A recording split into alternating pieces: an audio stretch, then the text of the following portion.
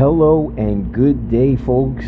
This is Wager Detective, July 16th, 2026, and we're going to get back to capping Major League Baseball after the All-Star break with the lone game on the board, the Mets and the Phillies. Ironically enough, the Phillies are the first game back after hosting the All-Star game. Quite an interesting dynamic. Before we get into this cap, be sure to follow Wager Detective on Twitter, Instagram, YouTube, and Facebook. Set alerts on Twitter, subscribe on YouTube, and comment on all those platforms. And just remember, guys, Wager Detective loves all his fans out there, present and future. I appreciate all your support, and you're helping me out when you subscribe, you like, or you repost, whatever it is. Wager Detective on all four major platforms. And the Wager Detective report going up daily on Twitter and YouTube. Let's get into this cap. The Mets in this game per FanDuel are plus 110. The Phillies are coming back at minus 130. And the over-under on this game is 9.5 at minus 110 both ways. We look at this Mets season. When we cap this side of the cap for the Mets, 40-57 on the year. They did have Carlos Mendoza as their coach, and now it's Andy Green. Not the Andy Green from the casino. There was the casino president that the mom put in. This is Andy Green, the coach, 6-10 since taking over as the head coach of the Mets. The Mets, again, 40-57 this year. They lost their last 3 games heading into the All-Star break.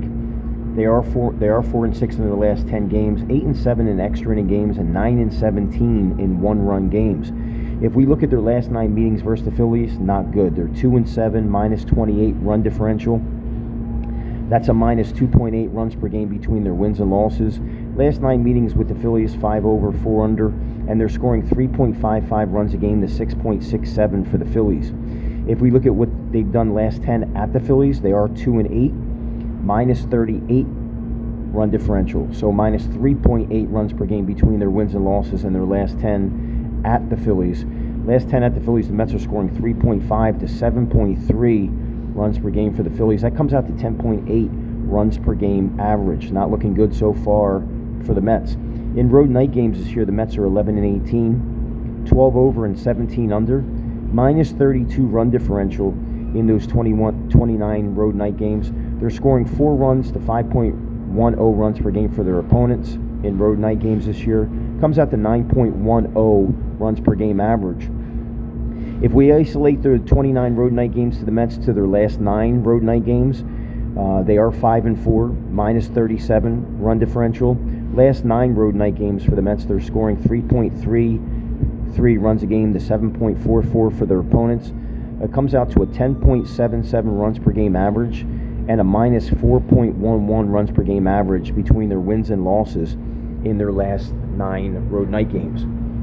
If we look at what the Mets have done last 9 overall, they are 4-5. They're minus 14 run differential. Again, they lost 3 straight heading into the All-Star break. But the Mets in their last 9 games before the All-Star break, scoring 5.44 runs per game to 7 runs per game for their opponent, comes out to 12.44 runs per game average. And scoring good in their last 9 overall. So 5.44 heading into the break for the Mets in their last 9 games. If we look at road division games this year, the Mets are 5-9. They were swept at Miami. If we look at them that 5-9 record, they are scoring 4.57 to 6.71 for their National League East counterparts in road division games this year. And in those 14 road division games for the Mets this year, 8 over and 6 under. Average score of those games coming in at 11.28 runs per game average. Now, not really that good, right? If we look at their last 7 road division games, it goes from 5-9 in their last 14 to 3-4 in their last 7 road division games. Minus 25 run differential in their last 7 road division games, scoring 4.85 runs a game to 8.42 for their opponents. Comes out to 13.27 runs per game average. So not really good for the Mets when we look at how they've played this year, how they've done against the Phillies in their last 9, how they've done in their last 10 at the Phillies. We can say even though they lost 3 straight heading into the All-Star break, they were 4-5 in their last 9, scoring 5.44 runs per game average. So could the Mets bats have been heating up before the break? Can they get back into winning ways with this team, new coach, and right some of the things that have happened? They just seem to be giving up a lot of runs in all these splits that we looked at. And we look at who's going to be on the mound for the Mets. It is going to be Christian Scott. He is a 27-year-old, 5th-round selection out of the University of Florida. And the Mets are playing good when he pitches in his last 5. The Mets are 4-1 in his last 5 starts. All 5 games have gone under that 9.5. And in the last 5 starts for the Mets, when Scott starts, they're scoring 5 runs a game to 2.6 for their opponents. And last 5 starts for Scott, 23 2/3, 3.43 ERA, a 1.19 WHIP, but also concerning 2.28 home runs per 9. The last 5 starts, he did give up 3 home runs versus St. Louis and 2 versus Atlanta. So a guy that pitches more to the fly ball than the ground ball. But ERA looking good, WHIP looking good, home runs per 9 not looking good. If we look at what the Mets have done this year when Scott starts, the Mets are 9-3 when Christian Scott starts. 2 over and 10 under, that 9.5. And in Scott's 12 starts this year, the Mets are scoring 5.5 runs a game to 3.66. In 54 innings pitched this year, Scott has a 1.29 WHIP and a 3.17 ERA. So that is a bright spot there. Now, in road games this year, the Mets are 3-3 when Scott starts, 1 over and 5 under. They're scoring 5 runs a game to 4.16 for their opponents. Comes out to 9.16 runs per game average. And in 29 innings pitched in 6 starts for Scott on the road this year, he does have a 2.79 ERA, a 1.10 WHIP, and he only has 0.93 home runs per 9. The 3 road wins for the Mets when Scott starts, came against the Angels, the Nationals, and the Padres. The losses came versus Atlanta, Miami, and Colorado. So a mixed bag there, but like we said, a 2.79 ERA in 6 road starts for Christian Scott with a 1.10 WHIP. Now, when we look at what he's done versus the National League East this year, the Mets are 3-2 when Scott starts versus the East, 1 over and 4 under, plus 12 run differential for the Mets in those 5 games. Mets scoring 6.2 runs a game to 3.8 for their opponents when Scott starts versus the National League East. Comes out to 10 runs per game average. And in 5 starts versus the East this year, Scott has 23 innings pitched with a 3.52 ERA, a 1.35 WHIP, and giving up 1.17 home runs per 9 in 23 innings pitched. So they score for him across the board. When we look, it's all these splits, those 4 splits right there. Mets scoring an average of 5 runs or better in all those splits, and giving up, let's see here, 4, 8, 11, 13, say 14 divided by 4, about 3 runs a game. His opponents are scoring across all those metrics on average. So it's looking good for the Mets part of the cap in the last 9 meetings versus the Phillies, and the last 10 at the Phillies, and road night games for the Mets, and last 9 overall. They're starting to pick up, the scoring. I think the Mets are going to score tonight, and we're going to get into the Philly side of the cap. That was the Mets side of the cap. Some good and some bad there, but Christian Scott could be the bright spot for them. Like we said, a 27-year-old pitcher. Mets 4-1 in his last 5 starts. Mets scoring 5 runs a game to 2.6 in Scott's last 5 starts. And the Mets are 9-3 this year when he starts, scoring 5.5 runs a game to 3.66 for their opponents. And not bad on the road. A low ERA, 2.79 ERA, a 1.10 WHIP in 29 innings pitched on the road. So you get the good and the bad. But I think the Mets, man, you got to think there's ebbs and flows to a season. And even though this team is 17 games below 500, they definitely have talent. You got Soto, you got Bichette, you got Lindor is back. Lindor is a Philly killer. I don't think Lindor played in a couple of those games that the Phillies that they lost this year. I mean, they lost 4-5. They beat the Phillies 6-2 and lost 1-2. And then at Philly, earlier this year. They lost 2-6, 3-15, and won 6-4. I don't know if Lindor was in any of those games, but I expect the Mets to really pick up the place. I mean, you still got Polanco in that lineup.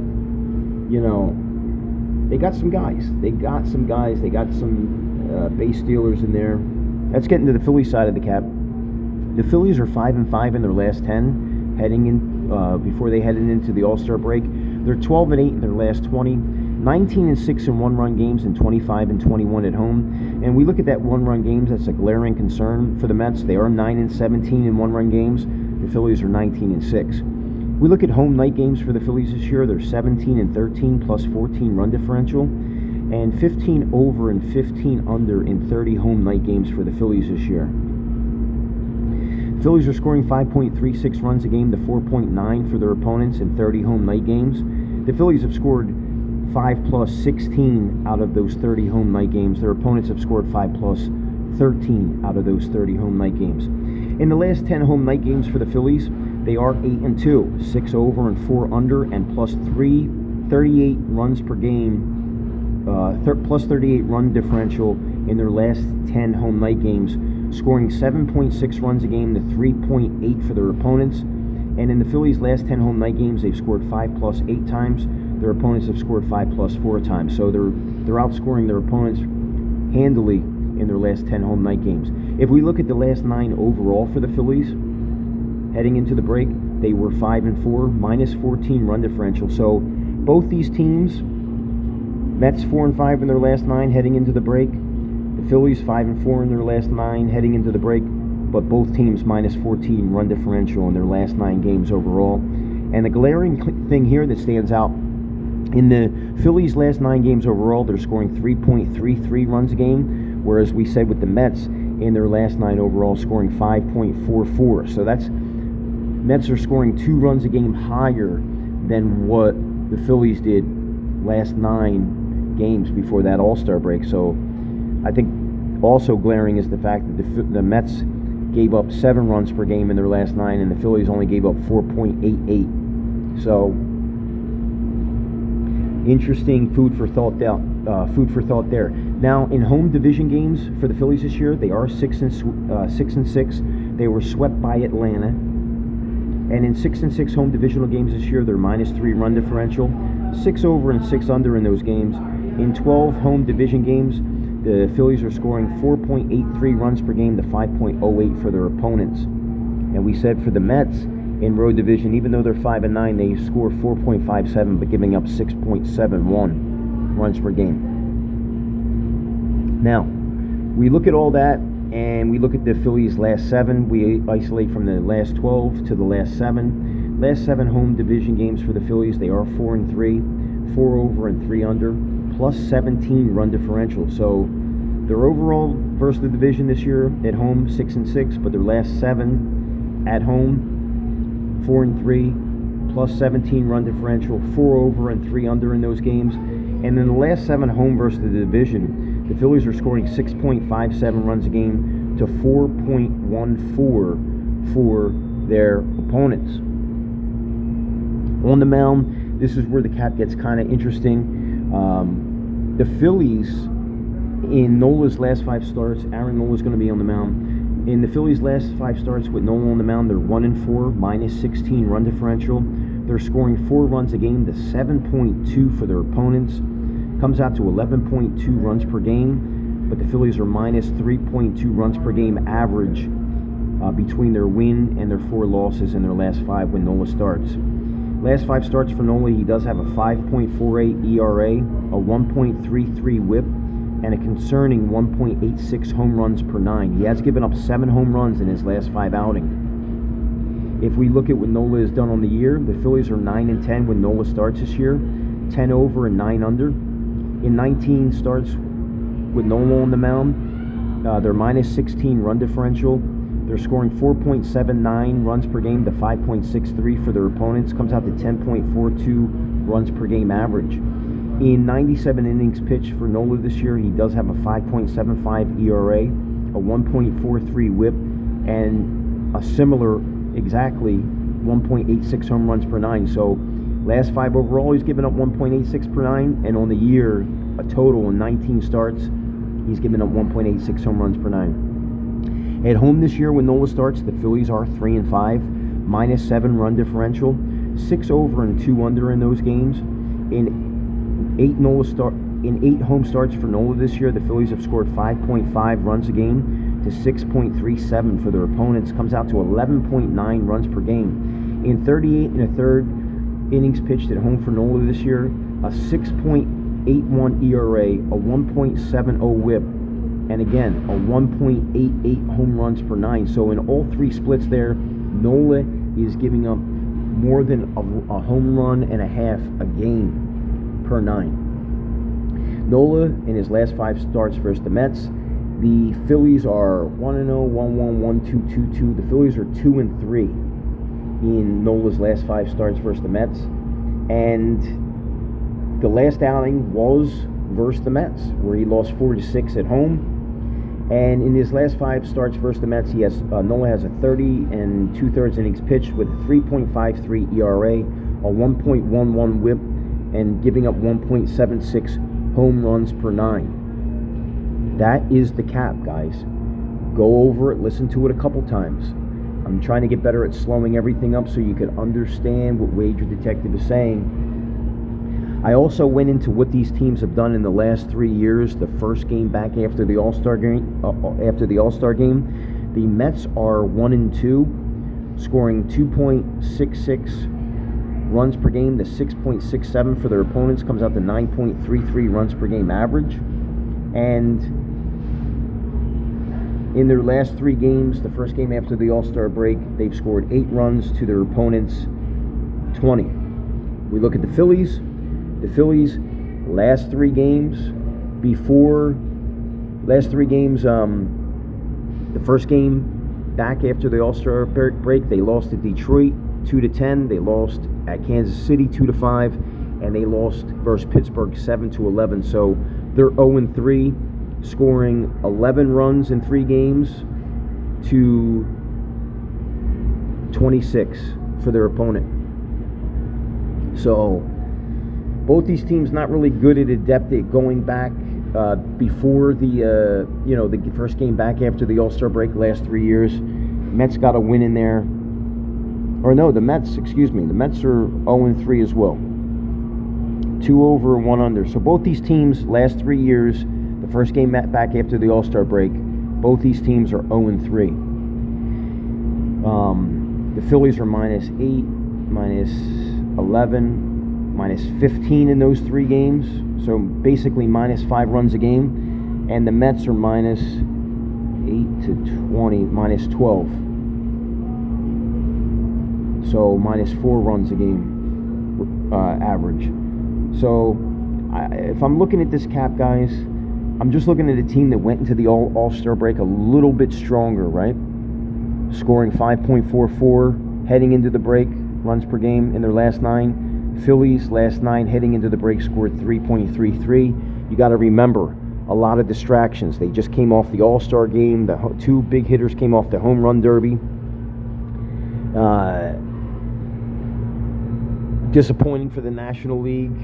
Could this be a little bit of a letdown coming back? And like we said, I do believe that we have the better pitcher on the mound, better metrics for what they do behind this pitcher. The question will be, can the Mets bullpen hold up? Because like we said, in Scott's last 5 starts, he has 23 2/3, almost 24 innings. So he's roughly about 5 innings per game. Even on the year, he's got 12 starts with 54 innings. So 12 goes into 54, 12 times 4 is 48, 60. So he's only pitching about roughly 5 innings a game. Now, what can you do in that time? I might want to look at a first 5. Let's take a look and see what the line is right now, if we shall. Let me see here. FanDuel. Okay, so Phillies are still holding strong at -130. Mets are still +110. The over-under hasn't changed. Nothing has moved on this. since 120 when I found these odds. 220, 320, it's 353 as you can see on the screen there. So not much has changed in a couple hours. If I'm looking at, I do believe that a first five might be a good look for the Mets. I do like that. I would definitely look at the Mets as a first five inning play at plus 128. You're getting both these teams at plus money, but for the sake of having to worry about what's going to happen as far as after the bullpen comes in, I would go ahead and say one of my plays is to take the Mets. First five innings on the money line, plus 100. Because we do got a good pitcher here. He does have a 2.79 ERA on the road. He's got a 3.43 ERA in his last five. We said Nola has a 5.48 ERA in his last five. His whip is higher. The thing that you got to worry about with Scott, he has given up 2.28 home runs per nine in his last five. But Nola is also too. And Nola's got a higher whip. And if we look at his whip at home, he's got a 1.70 whip at home, whereas on the road, Christian Scott has a 1.10 whip. Guys, if I'm looking at this, I am looking at a Mets first five innings on the money line at plus 100. And then if I'm looking at the total, I do believe after both these starters get out, both these runners, all the metrics are leaning towards the over. So that's Wager Detective's call here. First five innings, taking the Mets at plus 100. And then also taking the over 9.5. I caution to say this because I look at Scott's numbers, last five starts, all five went under. I look at his starts overall in the year, 2 over and 10 under in 12 starts to that 9.5. And I look at his, his road starts, 6 road starts, 1 over and 5 under. So let me think about this. It's just tempered by the fact that I think the Mets are going to win this game. I really do. I think just the way they play going into the break, a lot of distractions for the Phillies, especially for their main stars. A lot of their guys were in the All-Star game, so it's taxing, it's emotional. Now it's coming back to, okay, the season starts again, and I got to think that the Mets are hungry, and I'm really not a big Nola, guy to think about it. I just believe that the Mets are going to win this game, and I think if I'm going to isolate it, I like this kid. I like the fact that this pitcher Christian Scott is better. I just really do feel that way, and that's going to be the call here. Wager Detective calling as a stronger play the Mets first five as the number one play here at plus 100 on the money line, and then also the Mets full game plus 110. And then as far as the over under, I think once Scott gets out of there, I think there's going to be a lot of opportunities maybe for the Phillies to take advantage of the Mets bullpen, and I think vice versa. So I'm still going to call the over here, over 9.5. I think it's a sharper play. Most people think first game back after the All-Star break, these guys are going to come out, could be slow. I think kind of the opposite here. So there's the main call here. Mets first five, plus 100 on the money line. And then Mets full game, plus 110. And then over 9.5 at minus 110. This is Wager Detective. Follow me on Twitter, Instagram, YouTube, and Facebook. Set alerts on Twitter. Subscribe on YouTube. Comment on all those platforms. Hit the like button if you can, guys. Know that Wager Detective loves all his fans, present and future. You guys motivate me. And the Wager Detective report going up daily on YouTube and Twitter. I love all my fans out there. Today is July 16th, 2026, and Wager Detective will talk to you soon. Thank you.